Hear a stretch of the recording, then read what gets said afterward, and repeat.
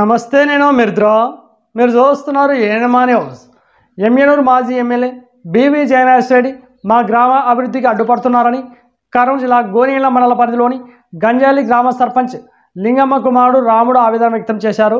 బుధవారం రోజున మీడియా సమావేశంలో వారు మాట్లాడుతూ గంజాలి గ్రామ అభివృద్ధికి మాజీ ఎమ్మెల్యే బివి జయనాథ్ రెడ్డి అడ్డుపడుతున్నారని, గ్రామంలోని 4 వ్యక్తుల మాటలు విని గ్రామాన్నే అభివృద్ధి కాకుండా సర్వనాశనం చేశారని, వచ్చే ఎన్నికల్లో ప్రజల వద్దకు వచ్చి మీ గ్రామంలో అభివృద్ధి జరగకుండా చూశాం, మాకు ఓటు వేయండి అని అడుగుతారా అని, కనీసం నిజాలు తెలుసుకోకుండా కోర్టుకు వెళ్ళి స్టేలు తీసుకురావడం ఏంటని ప్రశ్నించారు. అభివృద్ధిలో ముందు ఉండాలని పోరాటం చేస్తూ ఉంటే టీడీపీ వాళ్ళంతా అడ్డుపడుతున్నారని, శ్మశానం లేక ఇబ్బందులు పడుతూ ఉంటే చూడలేక ప్రత్యామ్నాయంగా మరో స్థలం చూస్తుంటే వాటికి కూడా స్టేలు తేవడం, సచివాలయం కట్టిస్తుంటే దానికి స్టేలు తేవడం, స్కూల్ కట్టిస్తుంటే దానికి స్టేలు తేవడం ఏంటి బివి జయనాథ్ రెడ్డి గారు అని ప్రశ్నించారు. మా గ్రామం అభివృద్ధి పడడం మీకు ఇష్టం లేదా? మా గ్రామం బాగుపడడం మీకు ఇష్టం లేదా?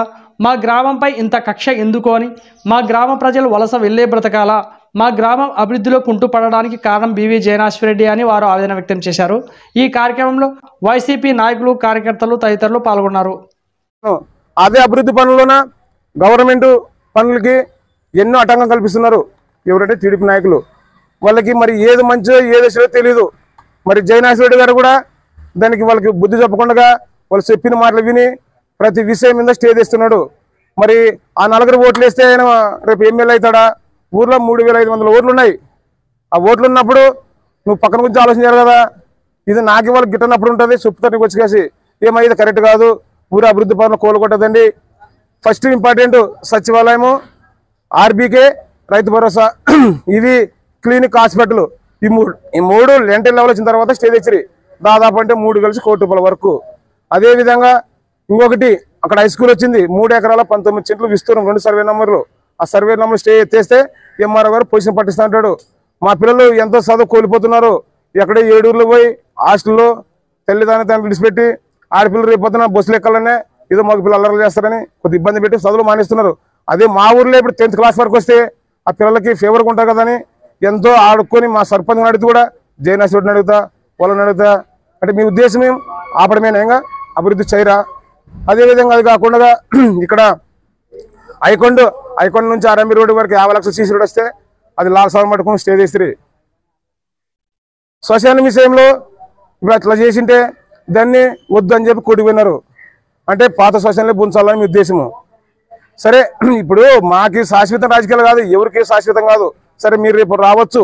మరి మా మీ విధంగా చేస్తే ఊరు అభివృద్ధి అనేది ఉంటుందా? పక్కన ఊరు సచివాలయం మన కున్నూరు పోయింటే చిన్న ఊరు మా ఊరికంటే ఎంత అద్భుతంగా కట్టినారు.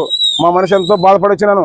ఎందుకు నా ఇంటితో కోల్పోలే, నా నష్టపోలే, ప్రజలు నష్టపోతున్నారు. ఎందుకు ఈ పని చేస్తున్నారో మీరు ఉపరా ఆలోచించుకోవాలా. జయనాథ్ రెడ్డి గారు, మీరు పెద్దవారు, ఒక తాలూకు నాయకుడు, మా వాళ్ళు నాకేదో గిట్టకు వచ్చి చెప్పితే మీరు ఉపరా ఆలోచించుకోవాలా. ఆలోచించుకురండి. ఎందుకంటే రేపు పొద్దున మిమ్మల్ని నిలదీసే రోజులు కూడా వస్తాయి. ప్రతి విషయంలో అడ్డుకొని అభివృద్ధి పనులకు చెడదింగితే మీకు ఎట్లుంటుందో ఆలోచించుకోండి. ఆ 4 రోడ్డు మీకు వేసేది ఒకప్పుడు మా ఊరు టీడీపీ కంచుకోట. మరి పొద్దుకి ఎందుకు ఈ పరిస్థితి దిగజారుతున్నారు మీరు? ఎంత వేసినారు? 2014 నోట్లు పడినాయి, మీకు 19 నోట్లు పడినాయి. రేపు 2024లో మీకు 400 ఓట్ల కంటే ఎక్కువ పడవు. ఎందుకు పడవంటే మీరు చేసే పని సరిగ్గా లేవు. ఓ చర్చకు రండి, ఏదైనా వచ్చినా పిలిపి మాట్లాడి పెట్టండి. మీరు ఊరు అభివృద్ధి చెడగొట్టుకోదండి. సరే, మీ ప్రభుత్వంలో పనిచేయాలా, మా ప్రభుత్వంలో పనిచేయాలా? మీరు ఆవిడ మీ లక్ష్యం అనుకుంటే ఎట్టవుతుంది? జనాలు ఏం చేసినారు? మిమ్మల్ని మీరే నష్టపోలే, నేను నష్టపోలే, ప్రజలు నష్టపోతున్నారు. కాబట్టి మీరు దయ ఉంచి మా ఊరి మీద జయనాథ్ రెడ్డి గారు మీరు ఇదే విధంగా చేస్తే మా ఊర్లోకి వచ్చినప్పుడు మిమ్మల్ని ఖచ్చితంగా నిలదీసే రోజులు కూడా దగ్గరలో ఉన్నాయి. ఎందుకంటే ఇప్పుడు మా ఊర్లో ఎన్ని అభివృద్ధి పనులు అడ్డుకున్నారు మీరే చెప్పండి. హై స్కూల్లో పిల్లల జీవితాలతో ఆడుకుంటున్నారు. మీరు పిల్లల జీవితాలతో ఆడుకుంటున్నారు, పిల్లలు గొంతులు కూస్తున్నారు. హై స్కూల్ అంటే పిల్లల జీవితాలతో ఇప్పుడు రాబోయే తరాలకి చదువు ఇంపార్టెంట్. ఆ చదివే లేకుంటే మరి ఇప్పటికే మా ఊరు భారీ నష్టపోయింది. మాకు కాలువ లేదు, వర్షాలు లేవు, ఇప్పుడంతా వలస వెళ్ళిపోయినారు. పిల్లలు లేడీస్ పెట్టిపోతారు. అదే స్కూల్ ఉంటే ఊర్లో ముసలిలో తెలిసిపోయి ఆనందం తినుకుంటూ వాళ్ళు బతుకుతారు. మరి అదే పిల్లల్ని వాళ్ళు ఇడిచిపెట్టి ఒక 7 తిప్పాలంటే ఇది ఆడపిల్లకి ఇబ్బంది తోలపోయి చదువు పాడు చేస్తున్నారు. మీరు ఆలోచించరా? మీ పెద్దరికి మీకు బాధ్యత లేదా? ఎవరో పనికి మాలిన 2-3 మార్కులు కలిసి నువ్వు ఈ పనులు స్టేలు చేస్తే ఇంతవరకు కరెక్టు. ఒక నువ్వు శాసనసభ్యుడు అయి ఉండి నువ్వు అక్కడ ఏం జరుగుతుంది, ఆ సచివాలయం ఆపితే ఎట్లా, శ్మశానం ఆపితే ఎట్లా, రోడ్లు ఆపితే ఎట్లా, హై స్కూల్ ఆపితే ఎట్లా? అక్కడ ఏమి జనాలు ఓట్లు మీ టీడీపీ వాళ్ళు ఒక్కటే వేస్తే ఓట్లు వేస్తే గెలుస్తారా మీరు? ఊళ్ళో జనాలు ఎంతమంది ఉన్నారు? వాళ్ళకి ఎట్లా నచ్చేదే?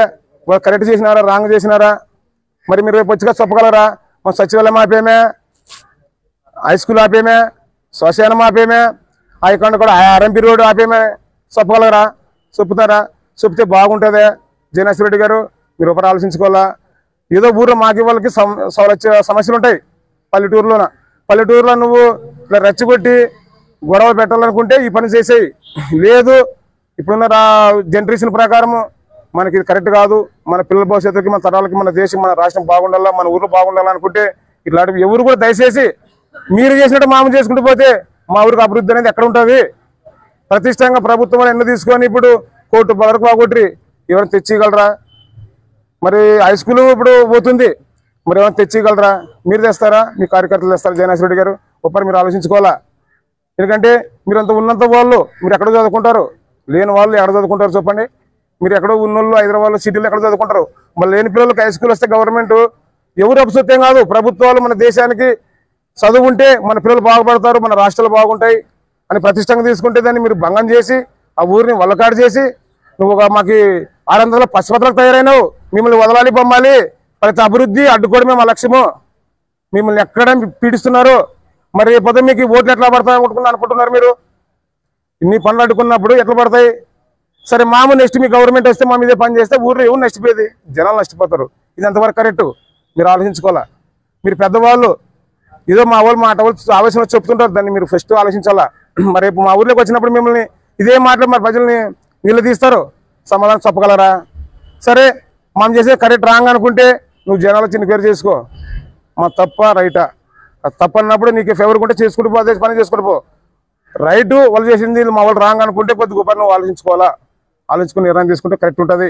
కాబట్టి ఇటు అభివృద్ధి పనులు ఎవరు అపసత్యం కాదు, ప్రభుత్వాలు ప్రతిష్టంగా తీసుకొని మన పల్లెటూరులు బాగుండాలి, మన జనాలు బాగుండాలి అనుకున్నప్పటికీ కొన్ని కారణాల వల్ల ఇటు అభివృద్ధి చేసుకోవాలా. నీ ప్రభుత్వం నువ్వు చేయి, నా ప్రభుత్వం నాన్న చేస్తా. అంతేగాని నీ లక్ష్యంగా అపేయాలని చెప్పి నువ్వు కుట్ర పొంది ఆ మంచికి పేరు రాకూడదు. నన్ను ఏం తొక్కలేవు. నువ్వు ఫస్ట్ నువ్వు బతికేది చూసుకో. మన పిల్లలకు, నా పిల్లలు కూడా చదవరు, నీ పిల్లలు కూడా చదువుతారు, మీ పిల్లలు చదువుతారు, మీ వాళ్ళు పూస్తారు, సోషల్ మా వాళ్ళు పూస్తారు. ఎందుకు నువ్వు ఇట్లా పనులు చేస్తున్నారు? మీరు అభివృద్ధి పనులు ఆపుకుంటూ పోతే ఎంతవరకు కరెక్ట్? ఇది మీరు ఆలోచించుకోరా. పల్లెటూరులో జగన్మోహన్ రెడ్డి గారు నువ్వు గొడవలకు దారి తీస్తున్నావు.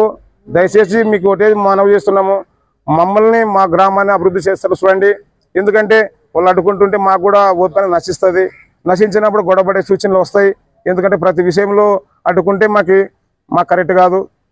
ఎందుకంటే మేము ఎన్నో కడుపుకాలు పట్టుకొని ఎమ్మెల్యే గారిని వాళ్ళని పట్టుకొని మా నిధులు తెచ్చుకుంటే దాన్ని కట్టుకోవడానికి నువ్వు ఎంతవరకు కరెక్టు? మా ఎమ్మెల్యే గారు చేశారే, ఏం పని చేశారంటే నాగలాపురం గంజల్ల 4 కోట్లు, కడమెట్ల గంజల్లకి 5 కోట్లు ఆల్రెడీ వర్క్ జరుగుతుంది. ఇప్పుడు ఇంకొకటి తెరనికల్లు బ్రిడ్జి 47 కోట్లు, తెరనికల్లు గంజల్ల 6 కోట్లు, ఎత్తుపోతుల పథకం ఇరిగేషన్ 1000 ఎకరాలకి. మా ఊర్లో కాలువ లేదు, వలస చెక్క వెళ్ళిపోతారు, ఇంతవరకు మా ఉద్యోగాలు రాలేదు అని మా ఎమ్మెల్యే గారు చెప్తే అదేవిధంగా అతను స్పందించి 1000 ఎకరాలకి ఇరిగేషన్ శాంక్షన్ చేయింది. త్వరలోనే కూడా టెండర్ పడుతుంది. ఇలా ఇవాళ చేయడానికి ఎందుకు మాకు వచ్చింది? ఒకప్పుడు ఇదే గొనెల ఏమనుకోద్దండి, పిల్లల మీకు వస్తే గంజలు అక్కడ అభివృద్ధి లేదు, వాళ్ళు సంగతి తింటారు, కొరబూ తింటారు అనేవాళ్ళు. ఎందుకంటే ఇక్కడ కాలం ఉండదు, ఆడపిల్లలు సుఖంగా బతిన వాళ్ళు. మరి ఆ విధంగా మేము ఎన్నో ఆలోచించుకొని మా ఊరిని కింద పరిచి మా ఊరి బాగోల గురించి, మా పిల్లలు కానీ మా జీతాలు బాగుండాలని చెప్పి ఎన్నో అభివృద్ధి పనులు మేము పోరాటం చేస్తుంటే నాలాంటి వాళ్ళకి రూపాయలు ఖర్చు పెట్టే శక్తి నాకు ఉంది. మీరు నా మకం మీద ఎరగొట్టి చేస్తే నాకేం ఖర్చు పెడతాను చెప్పండి? ఇప్పటికన్నా అన్యాయం చేస్తానా? ప్రభుత్వ పనులు అడుగుంటున్నారు మీరు. నా వ్యక్తిగత విషయాలు నేను ఏమైనా చేయండి, దాడి చేయండి, నా దమ్ము నీ దమ్ము తెలుసుకుందాం అంతే. ప్రభుత్వాల మీద వస్తే నా పెన్లా కోడికేసి వస్తుంది డబ్బులు ఇస్తే, మీరు కాదు 20,000 తీసుకుపోతే హైకోర్టు స్టే ఇస్తుంది. ఇది కరెక్ట్ కాదు. ఇది ఎంతవరకు కరెక్ట్? ఇది మీరు ఒకరు ఆలోచించుకోవాలా. ఎందుకంటే అభివృద్ధి పనులు అనేది ఎంత కష్టపడి దాదాపు అంటే 80 కోట్లు మన ఊరికి అభివృద్ధి చేసాము. చేయండి, మీరు కూడా ప్రదర్శన ఎక్కువ చేయండి, మీకు ఓట్లు ఎక్కువ పడతాయి, మీరు మంచి వాళ్ళు అవుతారు. అంతేగాని ప్రతి పని అడ్డుకుంటాము మేము మా లక్ష్యం ఏదనుకుంటే మీరు పనికి మాలిన నాయనలు అవుతారు తప్ప పనికి వచ్చే వాళ్ళు ఎప్పుడు కానే కారు. ఎందుకంటే అభివృద్ధి అనేది ఊరు జరగాల. పల్లెటూరులోన మనం బాగుండాలనుకుంటున్నప్పుడు నీ సమస్య నీ ప్రభుత్వం నువ్వు చేసుకుని, నా ప్రభుత్వం నేను చేసుకుంటా. ఏదైనా జరిగినప్పుడు అన్యాయాలు జరిగినప్పుడు నువ్వు నిలది ఈ ప్రతిపక్షకు ఉండే బాధ్యత అది. అంతేగాని ప్రతి పని మీద నన్ను కోర్టుకు స్టే తెస్తా, నన్ను అడ్డుకుంటానంటే నీకు పుట్టుగతులు ఉండవు. ఫస్ట్ అది గమనించుకో. నీకు ఆ పని చేస్తామేమో, నీకు పుట్టుగతులు ఉండవు.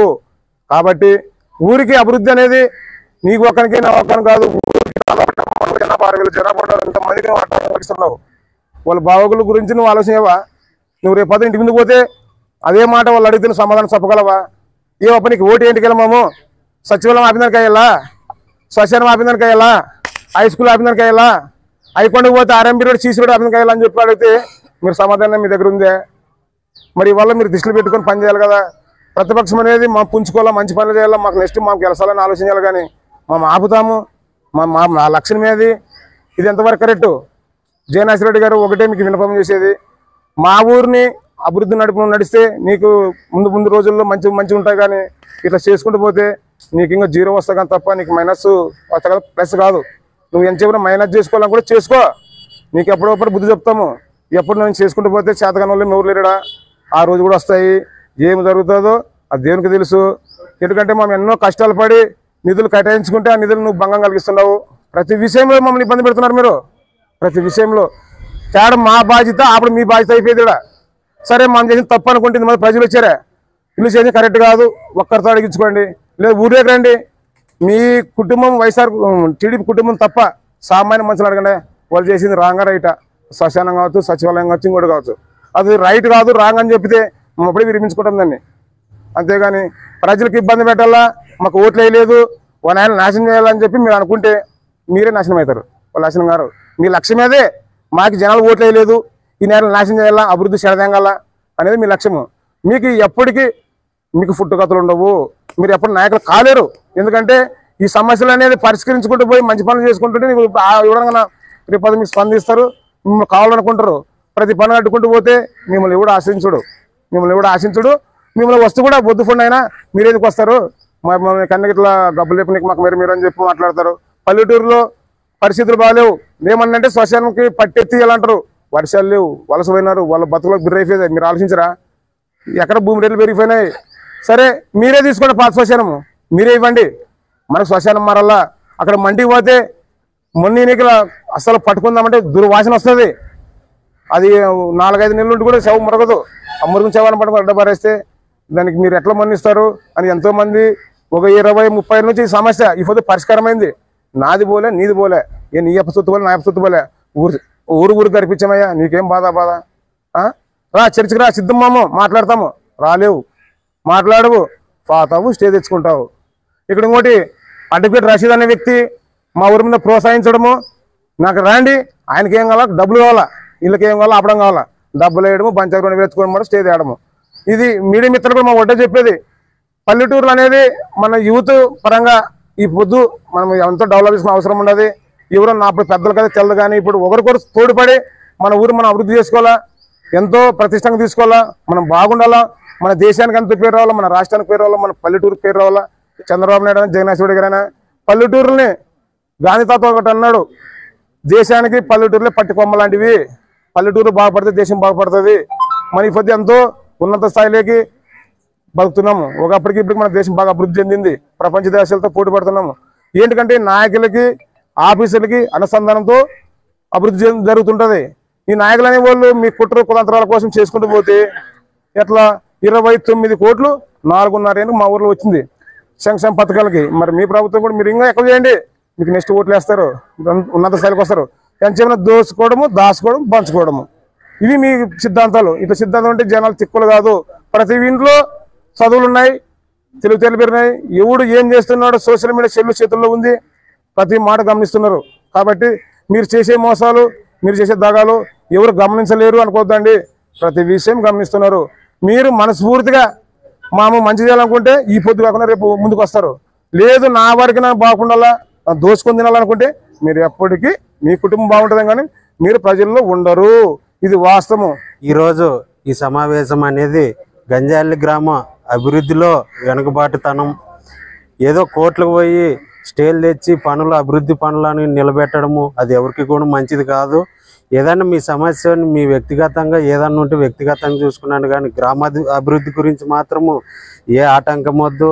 ఏదో ఎమ్మెల్యే పెద్ద ఆయన చెన్నకేశ్వరరెడ్డి ఆశీస్సులతో మన గ్రామానికి ఎన్నో అభివృద్ధి ఫలాలు పథకాలే కాదని ఎక్స్ట్రా కూడా నిధులు ఇవ్వడం కూడా జరిగింది. కాబట్టి చేసేవాళ్ళు కొన్ని పల్లెలు, కొన్ని తాలూకులకు కానీ, కొన్ని మండలాలకు కానీ, విలేజ్లకు కానీ చేసేటోళ్ళు లేరని చెప్పి ఉంటే మన ఊరికి ఏదో పెద్ద ఆయన చెన్నకేశ్వరరెడ్డి చేస్తుంటే మనం ఏదో కోట్లకు పోయి స్టేలు తెచ్చి ఏదో పని ఆపుతున్నాం, దానికి ఏదో మాకు ఒక పెద్ద పని బాగా చేస్తున్నాము ఏదో అనుకుని ఉండవచ్చు. కాబట్టి అభివృద్ధిలో మాత్రము ఎవరు కూడా దయచేసి ఏదన్నా ఉంటే వ్యక్తిగతంగా ఉంటే ఏదన్నా మాట్లాడుకున్నాండి, కానీ కోట్లకు పోయి పనులు నిలబెట్టి మనం చేయాలంటే గవర్నమెంట్ నుంచి డబ్బులు వచ్చే సమయం ఉండదు. అది ఎప్పుడు వస్తావో ఎప్పుడు పోతావో అవి వచ్చినప్పుడే మనం చేసుకోవాలి. అంతేగాని ఏదో వచ్చి పెట్టుకొని అభివృద్ధి నిలబెట్టడం వేస్ట్. ఇంకా రాబోయే తరాలకి తిరణకల్ బ్రిడ్జ్ కూడా శాంక్షన్ అయింది అంటున్నారు, అది కూడా తొందరలో టెండర్కి వస్తుంది. మళ్ళీ ఎత్తిపోతల పథకం కూడా ఇంకా పని జరుగుతుంది, అది కూడా వస్తుంది. ఇంకా ఏదన్నా ఉంటే మనం అందరూ కూర్చొని మాట్లాడి ఇంకా ఏదన్నా పోయి మనము నాయకుల వద్ద పోయి మనమంతా అడుక్కొని ఇంకా ఏదన్నా నిధులు తెచ్చుకొని మన ఊరు అభివృద్ధి చేసుకుందాం తప్ప వేరే విషయాలు చెడ్డ ఆలోచనలు పెట్టుకొని ఏది కూడా చేయొద్దండి. కాబట్టి దయచేసి చెప్తున్నాం. ఇంకొకటి, ఈ వీడియో గనక మీకు నచ్చినట్లయితే వీడియోని లైక్ చేసి మన ఛానల్ని సబ్స్క్రైబ్ చేసుకోండి.